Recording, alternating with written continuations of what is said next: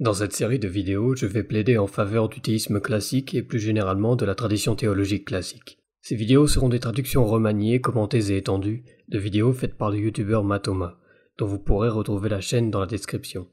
Il s'agira en partie d'une critique de l'athéisme, de la métaphysique moderne, y compris du naturalisme, d'un examen de ce à quoi ressemblerait un athéisme profond, d'une défense de la métaphysique aristotélico-thomiste et de l'établissement d'une argumentation positive en faveur du théisme classique. Sur notre chemin vers le théisme classique, nous allons d'abord devoir nous arrêter pour discuter du nouvel athéisme, qui a été une résurgence de sentiments irréligieux peu après les attaques terroristes du 11 septembre 2001.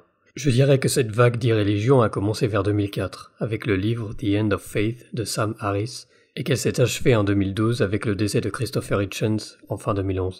Je ne pense pas que le nouvel athéisme ait apporté grand-chose en termes de critique philosophique ou théologique sérieuse, ou de défense rationnelle de l'athéisme. Le nouvel athéisme est mieux compris comme un phénomène culturel du monde anglo-saxon, provoqué par le 11 septembre et un sentiment croissant que les complexités de la vie politique intérieure et internationale pourraient être améliorées en réduisant l'influence de la religion dans l'espace politique et personnel. Le nouvel athéisme émerge de vues philosophiques plus fondamentales, comme toutes les positions, mais ce n'est pas d'abord une position intellectuelle. Aucun progrès de la science ou de la philosophie ne rend aujourd'hui l'athéisme plus plausible qu'il ne l'était il y a 50 ans. À proprement parler, il n'y a rien de nouveau dans ce mouvement de pensée, à l'exception du fait que les livres de ces penseurs phares sont devenus des best-sellers. Il y a toujours eu des flambées d'irréligion au cours de l'histoire, et le nouvel athéisme ne fait que répéter les discours utilisés contre la religion au cours des Lumières et de la Révolution française, et régurgiter le scientisme des positivistes logiques du début du XXe siècle, à savoir l'idée que les méthodes des sciences empiriques épuiseraient en principe toutes les questions décidables. Il en découlerait que toutes les questions de théologie ou de métaphysique seraient dénuées de sens et que même si elles étaient significatives, elles devraient être soumises à la vérification comme toute autre proposition des sciences empiriques, et ce malgré le fait que le positivisme logique ait subi l'un des plus grands stops de toute l'histoire de la philosophie par W.V. Hawking, au point qu'H.G. Ayer, lui-même positiviste logique, finira par dire que le défaut majeur de cette thèse était que presque tout était faux. Malgré tout ça, si vous grattez à la surface de nombreux athées intelligents, vous trouverez souvent que le vérificationnisme est toujours vivant. Le nouvel athéisme est intellectuellement en faillite, et vous pourriez vous demander pourquoi je lui consacre une vidéo dans cette série.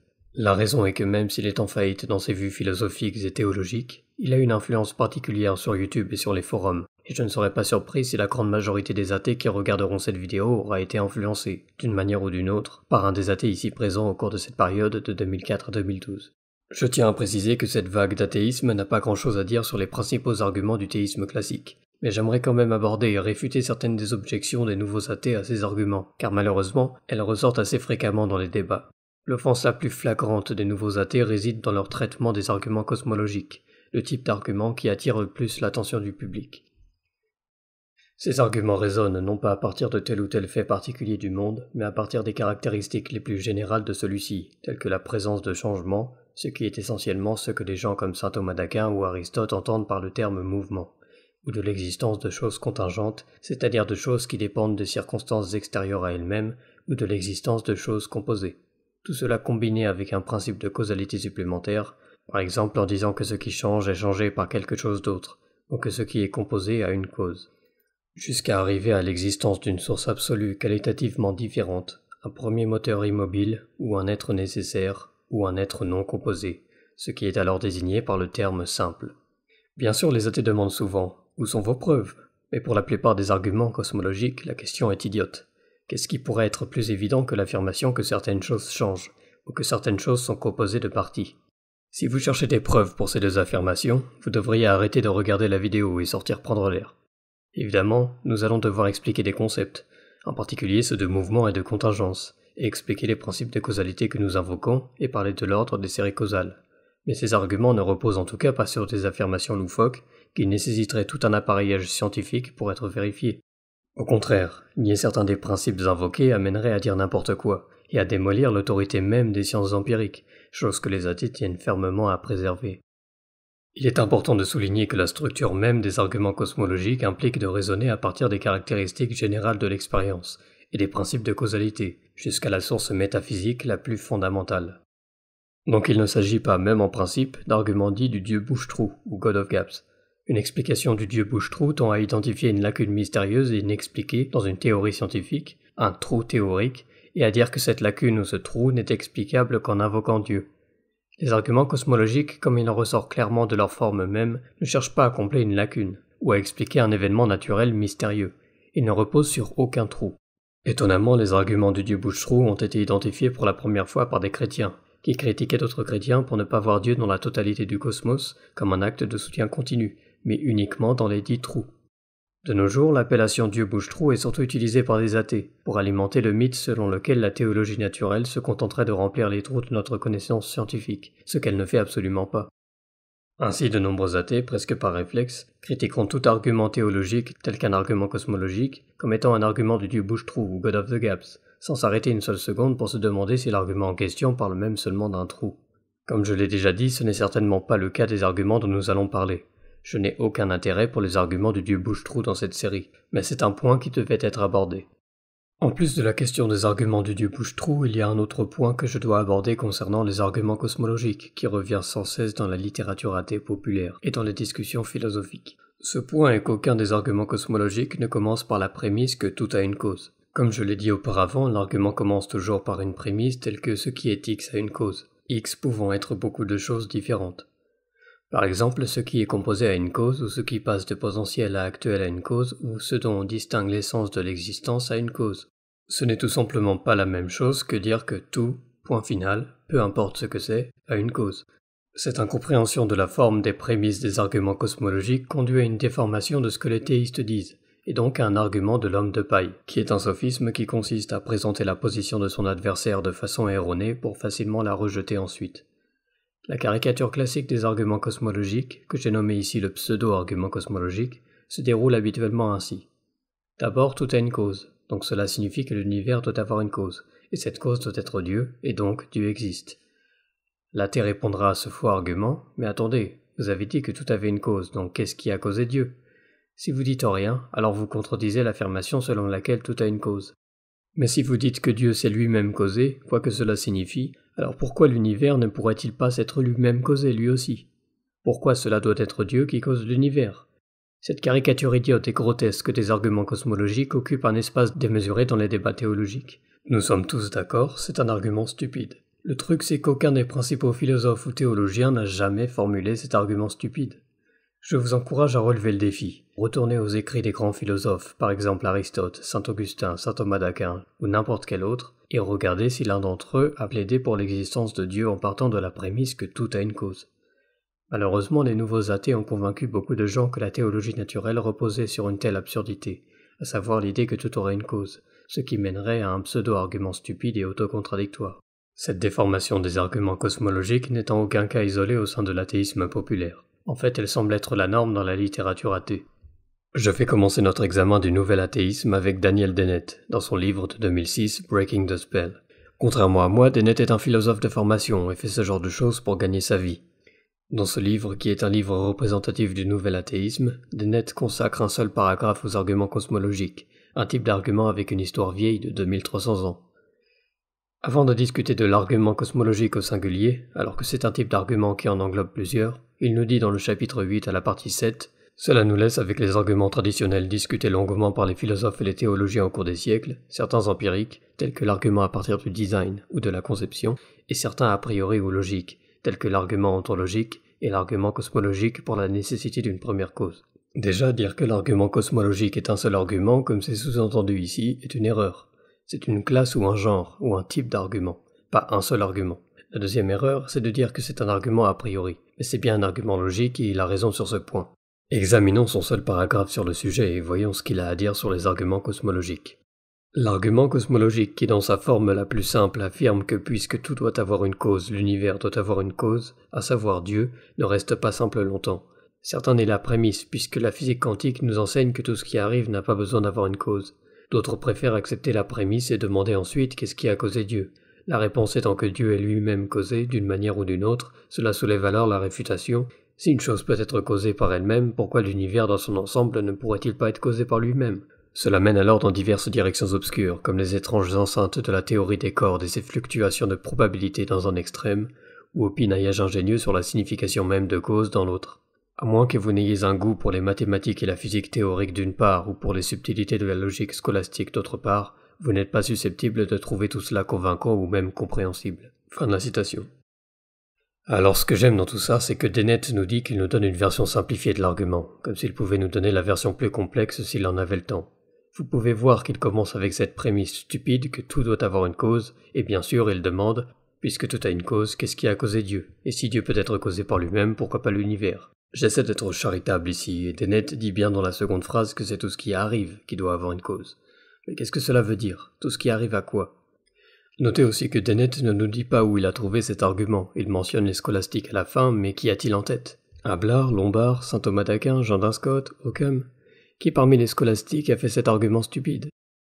Vous pourriez dire « Oh, tu es juste pédant sur ce détail », mais supposez que j'essaie de m'opposer à l'évolution en disant qu'elle ne peut pas être juste, car si elle l'était, cela signifierait que, dans sa formule la plus simple, un chimpanzé a donné naissance à un homme moderne il y a environ 6 millions d'années. Des gens comme Dennett et Dawkins se mettraient à bouillir de rage si quelqu'un leur présentait un tel homme de paille comme étant une preuve contre l'évolution. Peut-être que je suis trop dur ici, et que Dennett a produit une critique étendue des arguments cosmologiques ailleurs, mais ne s'attendrait-on pas à trouver une telle critique dans son livre s'attaquant à l'ensemble de la religion? Même si c'était le cas, pourquoi ne peut-il pas énoncer au moins un des arguments cosmologiques correctement? Vous pourriez dire d'accord pour Dennett, mais c'est seulement un cas malheureux, je parie que vous ne trouverez pas cela ailleurs dans les grands livres des nouveaux athées. Tournons notre attention vers Samaris, pour son livre de 2006 intitulé Letter to a Christian Nation, et regardons à la page 272. Ici, Samaris parle du dessin intelligent, ou Intelligent Design en anglais, un autre sujet qui ne m'intéresse pas particulièrement dans cette série. Harris dit « L'argument en faveur du dessin intelligent a été avancé sur plusieurs fronts à la fois. Comme d'innombrables théistes avant eux, les partisans du dessin intelligent soutiennent régulièrement que le fait même que l'univers existe prouve l'existence de Dieu. L'argument fonctionne plus ou moins ainsi. Tout ce qui existe a une cause, l'espace et le temps existent, l'espace et le temps doivent donc avoir été causés par quelque chose qui se trouve en dehors de l'espace et du temps, et la seule chose qui transcende l'espace et le temps, tout en conservant le pouvoir de créer, c'est Dieu. » Fin de citation. Et Harris, comme on pouvait s'y attendre, demande alors qui a créé Dieu dans la page suivante. Pour autant que je sache, ces 2 pages, et ce sont des pages extrêmement courtes, contiennent la seule discussion des arguments cosmologiques dans son livre. Je serai gentil avec Harris car je comprends qu'il ne cherche pas ici à donner une critique théologique sérieuse. Mais le fait est que ces gens ne peuvent même pas représenter un argument cosmologique correctement. Les idées fausses selon lesquelles les arguments cosmologiques reposeraient sur le principe que tout a une cause, ou qu'ils seraient des arguments Dieu bouche-trou, sont d'après mon expérience les 2 conceptions erronées majeures que les gens ont de la théologie naturelle. J'aimerais souligner une 3e conception erronée, une que nous avons déjà vue avant chez Dennett et Harris. L'idée qu'apparemment une des objections les plus dévastatrices aux arguments théologiques consisterait simplement à demander qui a fait Dieu, ou qui a mu Dieu, ou qui a causé Dieu. En effet, ce ne sont même pas à proprement parler des objections à un quelconque argument, sauf si l'argument avait été mal formulé. Il s'agit plutôt de questions idiotes, qui reposent sur un malentendu de ce dont parlent les théistes lorsqu'ils parlent de Dieu. Comme je l'ai dit, les arguments cosmologiques justifient l'existence de quelque chose qui sert de moteur immobile, ou de premier moteur, ou de première cause, ou d'être nécessaire. Bien sûr, on aimerait avoir des arguments supplémentaires pour les attributs divins tels que l'unité, l'omnipotence, l'omniscience et la transcendance, et nous les passerons en revue plus tard dans la série. Mais si l'athée comprenait vraiment de quoi le théiste parle lorsqu'il dit que Dieu est la première cause ou le moteur immobile, il ne se donnerait même pas la peine de poser des questions comme « qu'est-ce qui a causé Dieu ?» car tout ce que cela reviendrait à demander serait « qu'est-ce qui a causé ce qui n'est pas causé ?» ce qui est évidemment une question stupide, tout comme demander quelle cause vient avant la première cause. De la même façon, l'athée ne demanderait pas qui a mu Dieu, parce que cela reviendrait à demander qu'est-ce qui a mu ce qui est immobile. Toutes ces questions reviennent au fond à demander qu'est-ce qui est plus fondamental que la chose la plus fondamentale. La réponse à toutes ces questions est simplement rien, et la question trahit une incompréhension de ce dont les théistes parlent quand ils parlent de Dieu. Ce que l'athée devrait vraiment faire, c'est aller droit au but et poser la bonne question qui est « D'accord, pouvez-vous me démontrer que cette chose appelée Dieu, avec toutes ses caractéristiques comme le moteur immobile, l'acte pur, la première cause, l'être nécessaire, plus les autres attributs divins, doit exister, par opposition à un être qu'imaginaire ou une simple abstraction ?» Cette 3e mauvaise conception, celle de demander qui a fait Dieu, est également étonnamment courante dans la littérature athée et dans les discussions philosophiques. Tournons-nous vers Christopher Hitchens et son livre de 2007, God is not great, qui, comme les autres, consacre un peu plus d'un paragraphe et moins de quelques pages à la discussion des arguments théologiques les plus importants, comme les arguments cosmologiques. Hitchens accorde une toute autre page au chapitre 5, dont la majeure partie consiste en un éloge de Guillaume d'Occam à l'examen d'arguments théologiques sérieux. Je cite. Cependant, si l'on entend identifier une première cause de l'existence du monde, on peut choisir d'appeler cette cause Dieu, même si l'on ne connaît pas la nature précise de la première cause. Et même la première cause a ses difficultés, puisque cette cause aura elle-même besoin d'une autre cause. Il est difficile ou impossible, écrit Occam, de prouver contre les philosophes qu'il ne peut y avoir une régression infinie de causes du même genre, dans laquelle l'un peut exister sans l'autre. Donc le postulat d'un concepteur ou d'un créateur ne fait que soulever la question sans réponse de savoir qui a conçu le concepteur ou créé le créateur. La religion, la théologie ou la théodicée, c'est maintenant moi qui parle et non Occam, n'ont jamais réussi à surmonter cette objection.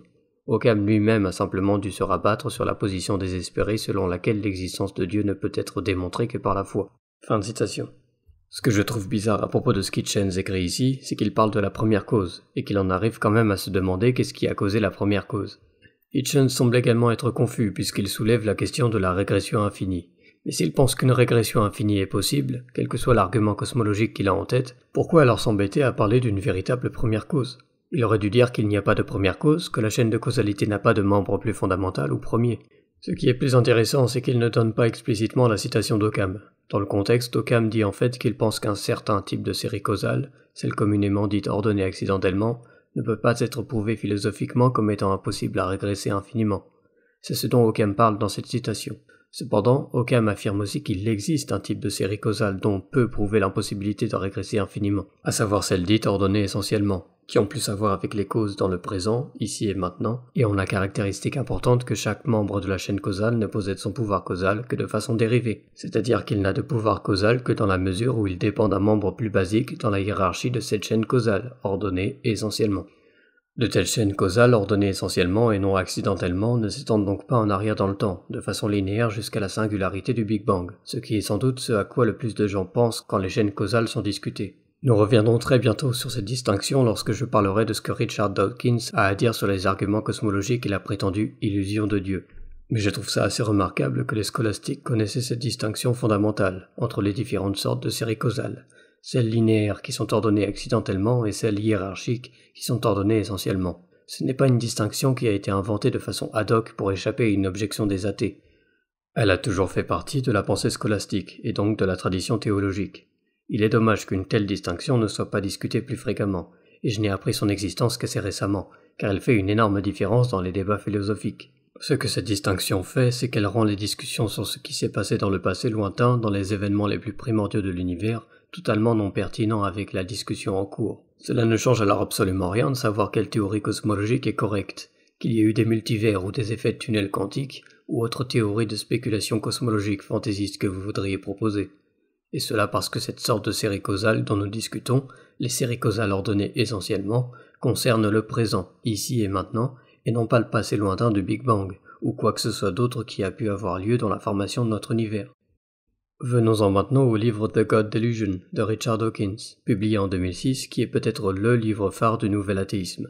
Comme les autres têtes du nouvel athéisme, ne consacre qu'un court segment de son livre, destiné à détruire toutes les religions aux arguments majeurs du théisme classique.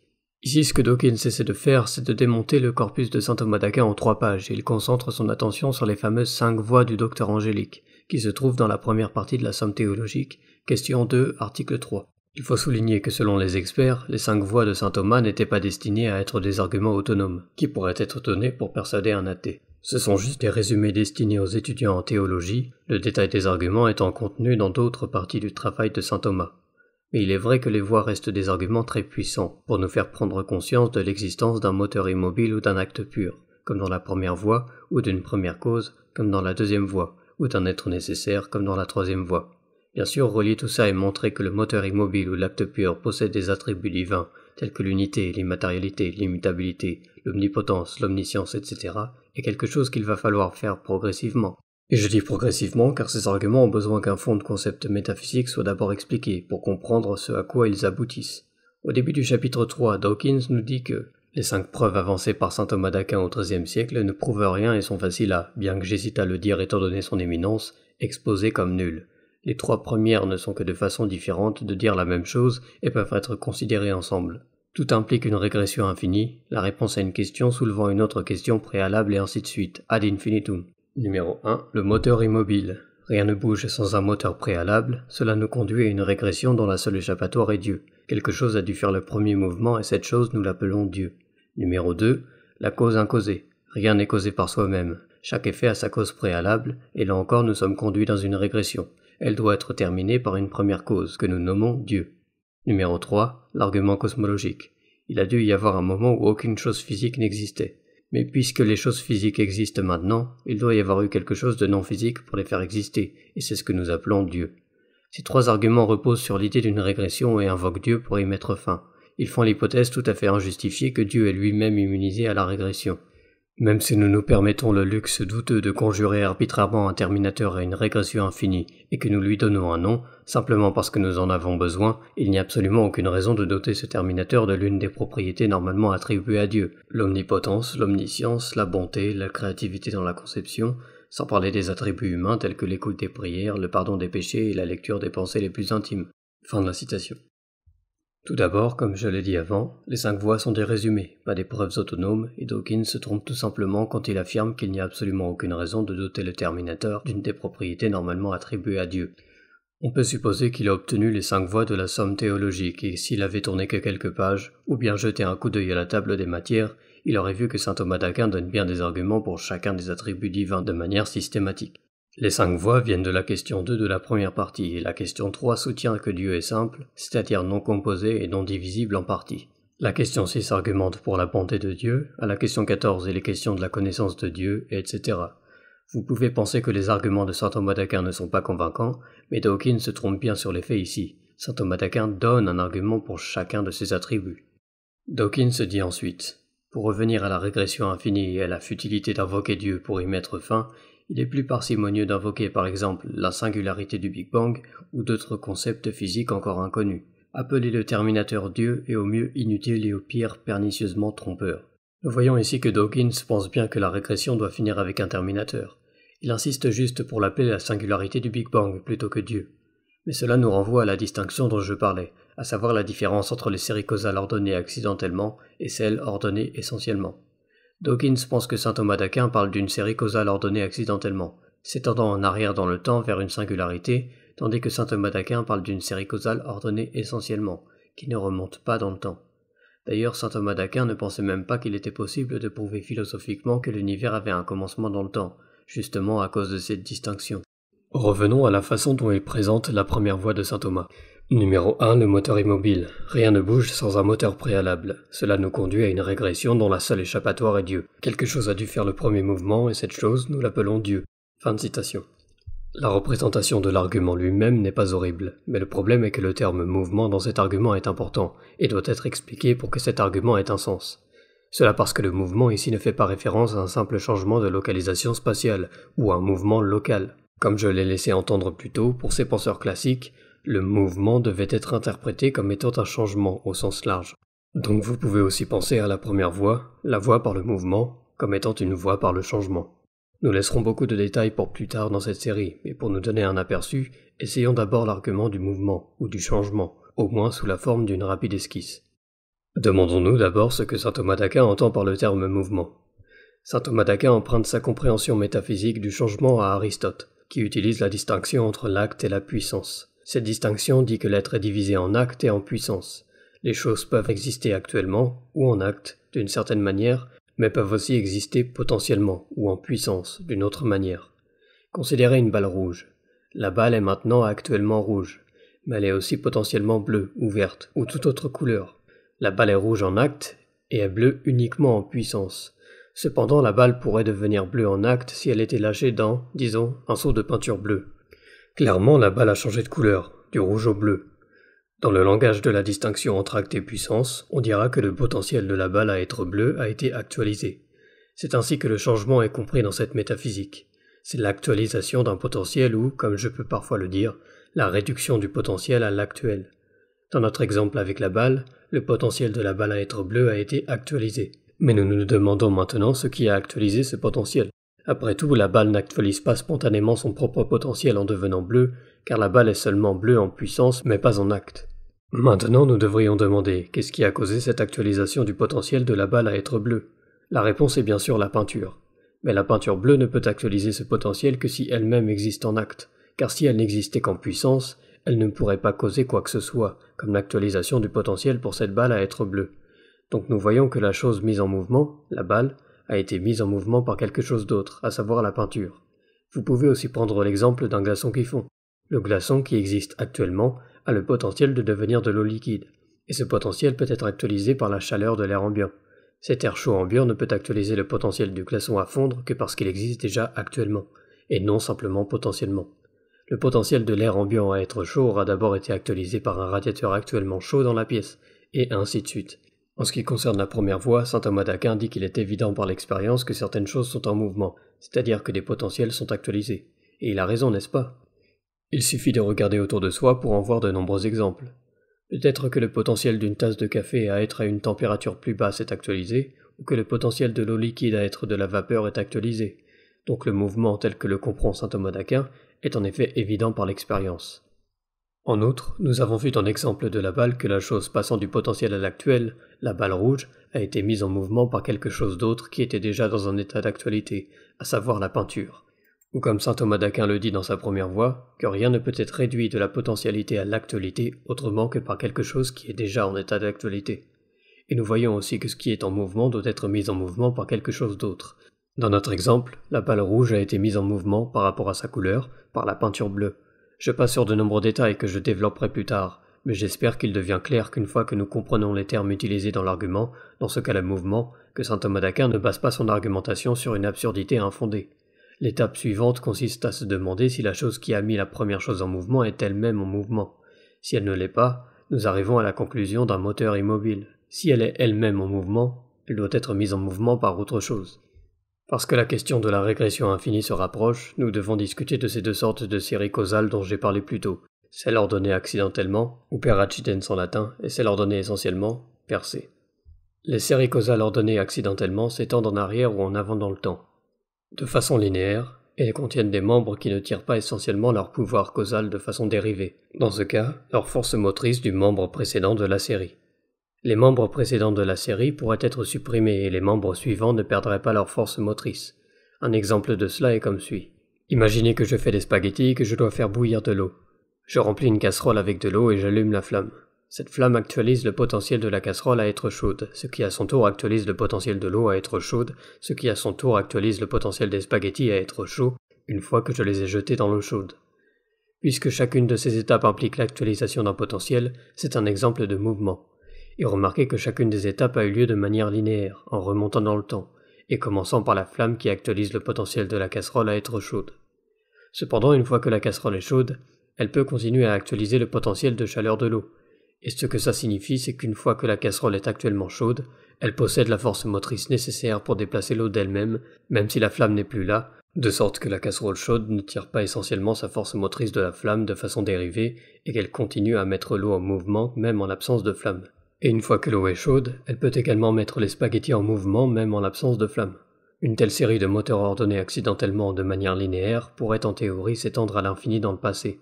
Je pense que ce n'est pas le cas pour d'autres raisons, mais ce n'est de toute façon pas le genre de situation dont parle saint Thomas d'Aquin, et c'est pourquoi j'ai dit que discuter des théories cosmologiques dans le passé lointain avait peu à voir avec cette sorte d'argument, en particulier ceux donnés par saint Thomas d'Aquin.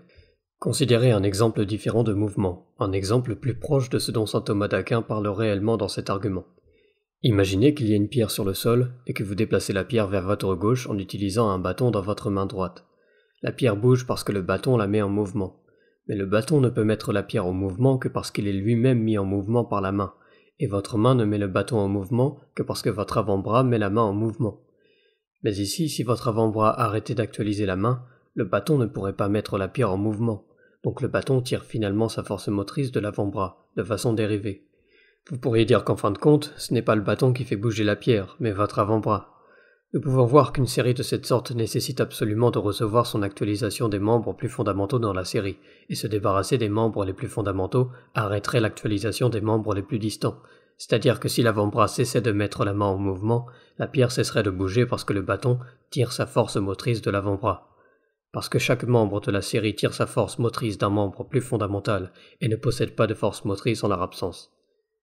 Un tel exemple est une série de moteurs ordonnés essentiellement, ou per se.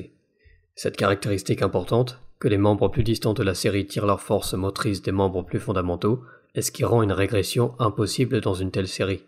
Dire qu'une telle série de causes purement instrumentales régresse à l'infini revient à dire que le bâton, en fin de compte, ne tire sa force motrice de rien. Si le bâton ne tire sa force motrice de rien, il n'a aucun moyen de faire des choses comme déplacer des pierres, ce qui contredit clairement l'expérience. Comme le dit Sertilange, Affirmer le contraire reviendrait à dire qu'un pinceau peut peindre tout seul, à condition d'avoir un très long manche. Même si une telle série pouvait régresser à l'infini, quelque chose en dehors de la série devrait lui fournir une force motrice, de sorte qu'in fine le bâton tire sa force motrice de quelque chose qui contient actuellement une force motrice et qui n'a pas non plus besoin de la tirer d'autre chose. La physique réelle n'a pas du tout d'importance dans cet exemple, et je suis conscient que vous pouvez analyser la situation en termes de mécanique newtonienne en y incorporant la friction.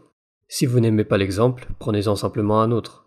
J'aime bien celui du lustre. Un lustre est suspendu au plafond. Si cette chaîne s'était rattachée à rien, le lustre s'effondrerait sur le sol, et ce même si sa chaîne était infinie, car chacun des maillons de la chaîne tire sa force motrice des maillons qui le précèdent, jusqu'au terminateur, ici le plafond. L'idée clé que nous extrayons de cet exemple est que la force motrice de chaque membre de la série, la capacité à actualiser un potentiel, est essentiellement dérivée d'un membre plus fondamental. Et si les membres plus fondamentaux échouent, le reste de la série échoue nécessairement. Bien sûr, l'exemple du bâton que j'ai donné n'est pas vraiment complet. L'avant-bras ne contient sa puissance motrice que parce que le biceps se contracte, donc nous pourrions dire que la pierre est déplacée par la contraction du biceps. Mais l'histoire ne s'arrête pas non plus là.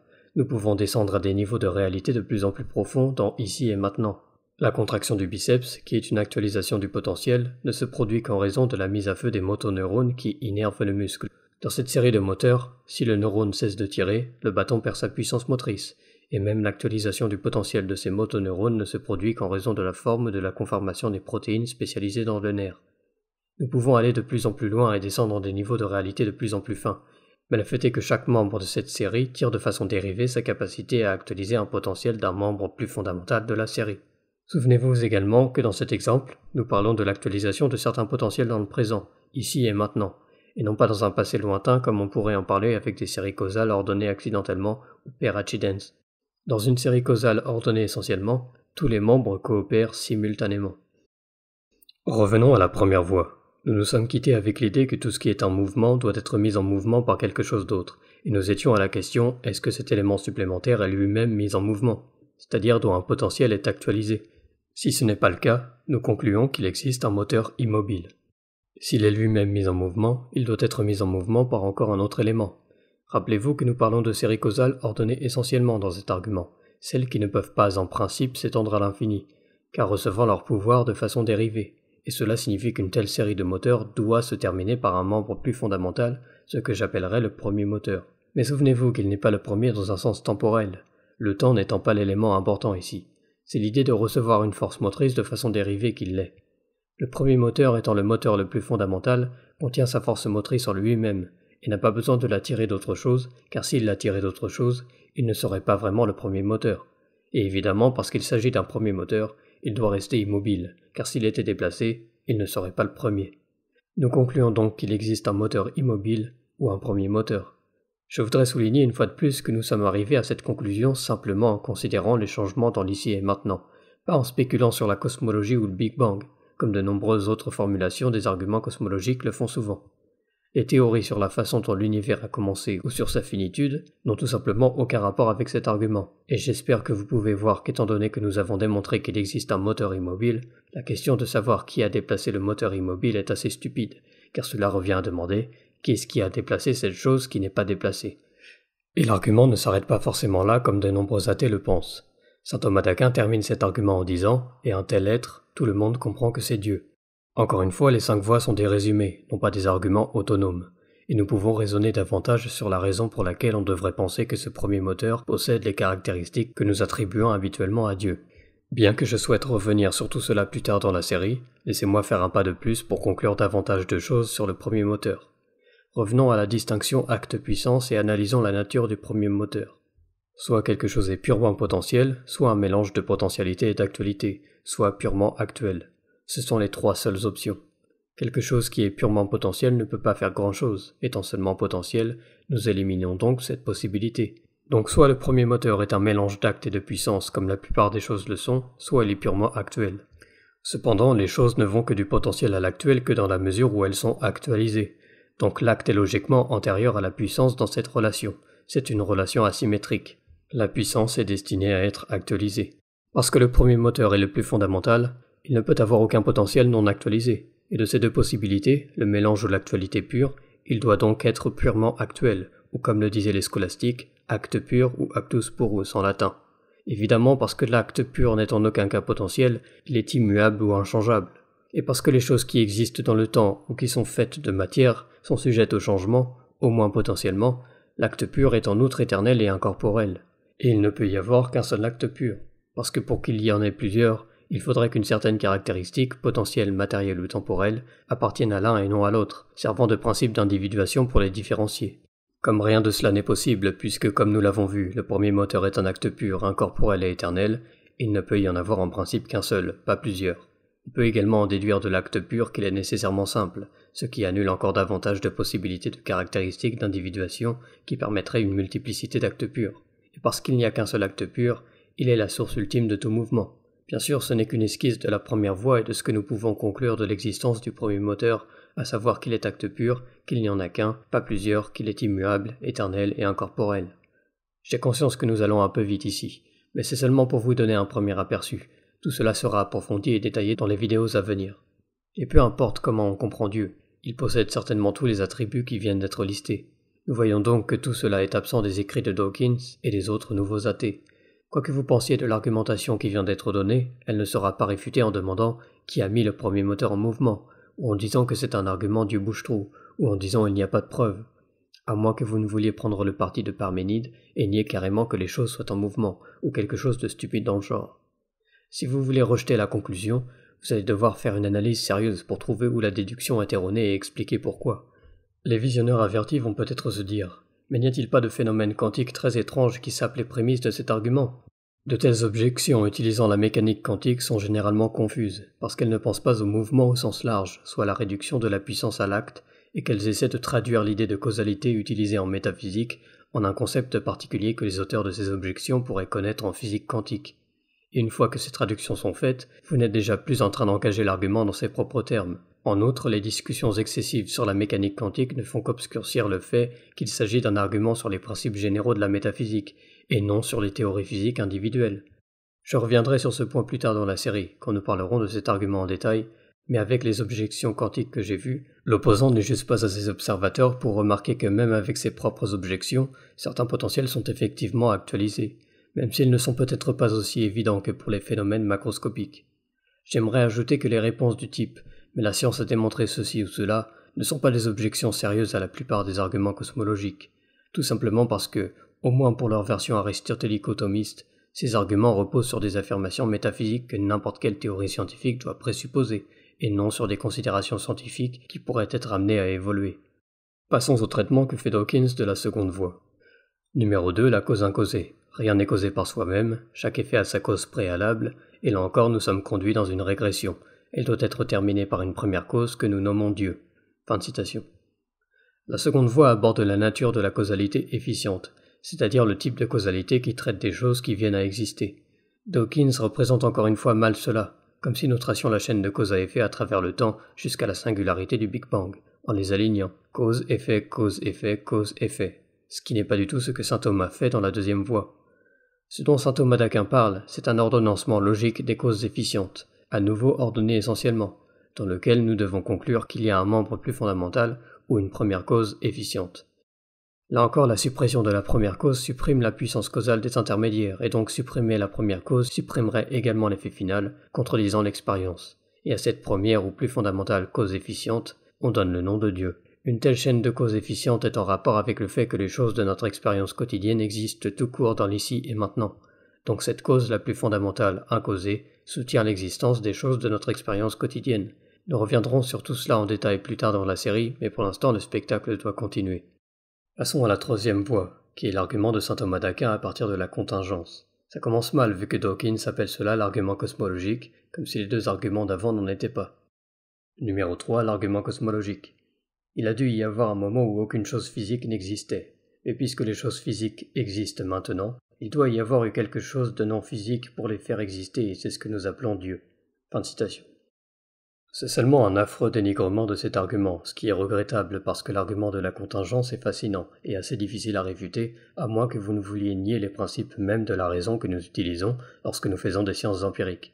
Cet argument est d'ailleurs revenu en force dans la philosophie contemporaine, sous les plumes des penseurs tels qu'Alexander Pruss, Timothy O'Connor, Robert Kuhns et Richard Swinburne, pour n'en citer que quelques-uns. Je dédierai toute une vidéo à l'exposition de cet argument, donc je ne m'étalerai pas davantage. Nous avons discuté du nouvel athéisme. Une chose que j'aimerais conclure de cette critique est que, pour une théologie sérieuse, nous allons devoir regarder au-delà des nouveaux athées, car ils n'ont que très peu de choses à dire sur la question. Pour approfondir le sujet, je recommande chaudement les livres d'Edward Feser, dont certains apparaissent maintenant à l'écran. The Last Superstition, qui vient d'avoir une traduction française, démonte en profondeur le nouvel athéisme et parle des concepts et arguments abordés dans cette vidéo. C'est une bonne porte d'entrée à son œuvre. Aquinas fournit une excellente introduction à saint Thomas d'Aquin et à sa métaphysique, le thomisme. Five Proofs discute en longueur des 5 arguments du théisme classique en faveur de l'existence de Dieu, et réfute leurs objections avec brio. Enfin, en plus poussé, Aristotle's Revenge réhabilite la métaphysique aristotélico-thomiste face à la science moderne, et démontre en quoi les concepts aristotéliciens d'acte, de puissance, etc. sont présupposés par celle-ci, y compris en mécanique quantique. Vous trouverez les liens de tous ces livres et d'autres ressources dans la description. Je vous remercie d'avoir regardé, et j'espère que vous reviendrez pour la deuxième partie de cette série.